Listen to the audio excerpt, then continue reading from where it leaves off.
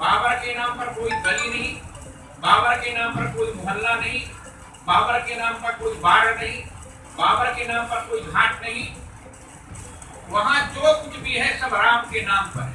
वहां राम घाट है, लक्ष्मण घाट है, दशरथ घाट है, कौशल्या घाट है, वासुदेव घाट है, रणमोचन घाट है। लेकिन बाबर के नाम पर या इस्लाम के नाम पर पूरे अयोध्या फैजाबाद में कहीं भी कोई मोहल्ला, कोई गली, कोई बाड़ नहीं है। इसलिए हमने माननीय जजों से हाई कोर्ट में गवाही देते समय कहा था, यदि कोई भी देश का मुसलमान सुन्नी वक्फ बोर्ड का कोई वकील ये सिद्ध कर दे कि बाबर के नाम पर यह गली है, ये मोहल्ला है, ये वार्ड है, लेकिन कोई भी आज तक सिद्ध नहीं कर पाया। मेरा निवेदन है, माननीय सुप्रीम कोर्ट के जज ने मंदिर निर्माण के लिए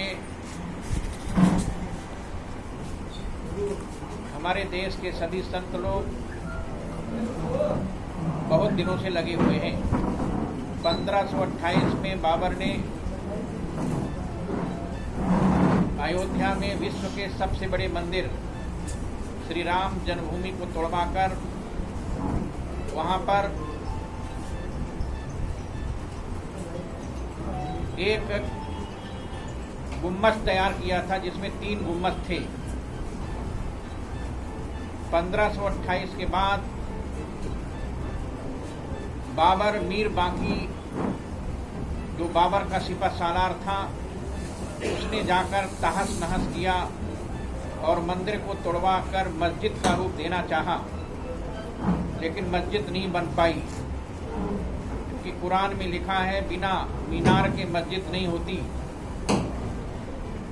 और 6 दिसंबर 1992 को जब मैंने ढांचा तोड़वाया तो मंदिर के खंडहर में मस्जिद का कोई चिन्ह नहीं मिला। वहां पर हनुमान जी की मूर्ति, दुर्गा जी की मूर्ति, गणेश जी की मूर्ति, शंकर जी की मूर्ति, धनुष बाण के चिन्ह, शंख चक्र गदा पद्म के चिन्ह, 12 भगवान की मूर्ति माने सुअर की मूर्ति मिली। इन प्रमाणों के आधार पर यह सिद्ध हो गया कि जहां पर रामलला विराजमान है वही राम की जन्मभूमि है।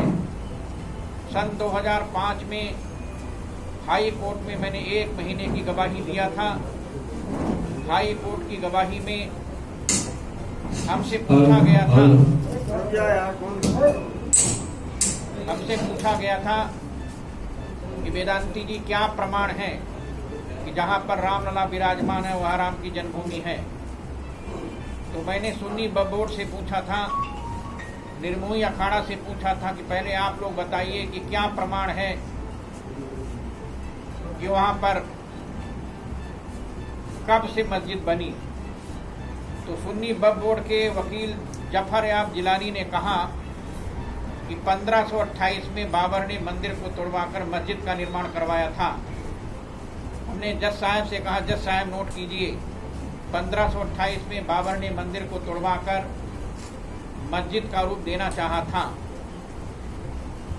जज साहब ने मुझसे पूछा कि सुन्नी वक्फ बोर्ड ने अपनी बात बता दिया, अब आप क्या चाहते हैं। मैंने कहा निर्मोही अखाड़ा के वकील रणजीत लाल वर्मा बताएं कि निर्मोही अखाड़ा का कब्जा कब से है। तो रणजीत लाल वर्मा ने बताया कि लगभग 200 वर्षों से निर्मोही अखाड़ा का कब्जा है। बल्कि उन्होंने लिखित दिया है कि सिया बहुल क्षेत्र में एक मस्जिद का निर्माण हो, लेकिन मस्जिद जो बने वो बाबर के नाम पर नहीं, मस्जिद बने तो इस्लाम के नाम पर, अल्लाह के नाम पर, खुदा के नाम पर, कुरान की आयतों के अनुसार पर बने। क्योंकि बाबर लुटेरा था, डकैत था, विदेशी था, उसने मंदिर भी तोड़ा, मस्जिद भी तोड़ा, चर्च भी तोड़ा, गुरुद्वारा भी तोड़ा। इसलिए उसके नाम पर भारत के किसी कोने में मस्जिद का निर्माण नहीं होना चाहिए। अभी 2019 में 30 जनवरी को तीर्थराज प्रयाग में कुंभ मेला लगा था, उसमें सम्मेलन चल रहा था। तो हरियाणा के बाबरपुर का एक व्यक्ति आया, वहां पर माननीय सरसंघ चालक मोहन भागवत जी भी थे। वो मुझसे मिला और कहा वेदांती जी मेरा एक पत्र है, इसको आप मोहन भागवत जी को दे दीजिए। बाबर जब भारत में आया था तो सबसे पहले हरियाणा के बाबरपुर में आया था, जो कुरुक्षेत्र के पास में एक गांव है। तो यदि मुसलमानों को मस्जिद बनाना है तो हरियाणा के बाबरपुर में जाकर मस्जिद बनाएं, अयोध्या में वो दावा क्यों करते हैं? मैं निवेदन करना चाहूंगा, अयोध्या में बाबर के नाम पर कुछ भी नहीं, क्योंकि इतिहास बताता है बाबर अयोध्या कभी गया ही नहीं। बाबर के नाम पर कोई गली नहीं, बाबर के नाम पर कोई मोहल्ला नहीं, बाबर के नाम पर कोई बाड़ नहीं, बाबर के नाम पर कोई घाट नहीं। वहां जो कुछ भी है सब राम के नाम पर है। वहां राम घाट है, लक्ष्मण घाट है, दशरथ घाट है, कौशल्या घाट है, वासुदेव घाट है, रणमोचन घाट है। लेकिन बाबर के नाम पर या इस नाम के नाम पर पूरे अयोध्या फैजाबाद में कहीं भी कोई मोहल्ला, कोई गली, कोई बाड़ नहीं है। इसलिए हमने माननीय जजों से हाई कोर्ट में गवाही देते समय कहा था, यदि कोई भी देश का मुसलमान सुन्नी वक्फ बोर्ड का कोई वकील ये सिद्ध कर दे कि बाबर के नाम पर यह गली है, ये मोहल्ला है, ये वार्ड है, लेकिन कोई भी आज तक सिद्ध नहीं कर पाया। मेरा निवेदन है, माननीय सुप्रीम कोर्ट के जज ने 3 महापुरुषों को समझौता के लिए नियुक्त किया था,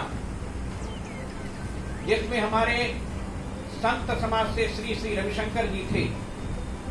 मैं श्री श्री रविशंकर जी का हार्दिक स्वागत करता हूं, अभिनंदन करता हूं। श्री श्री रविशंकर जी ने और 2 अन्य महापुरुषों ने दोनों पक्षों को, सुन्नी वक्फ बोर्ड के लोगों को और हमारे पक्षों को, रामलला के पक्षकारों को भी बुलाकर सब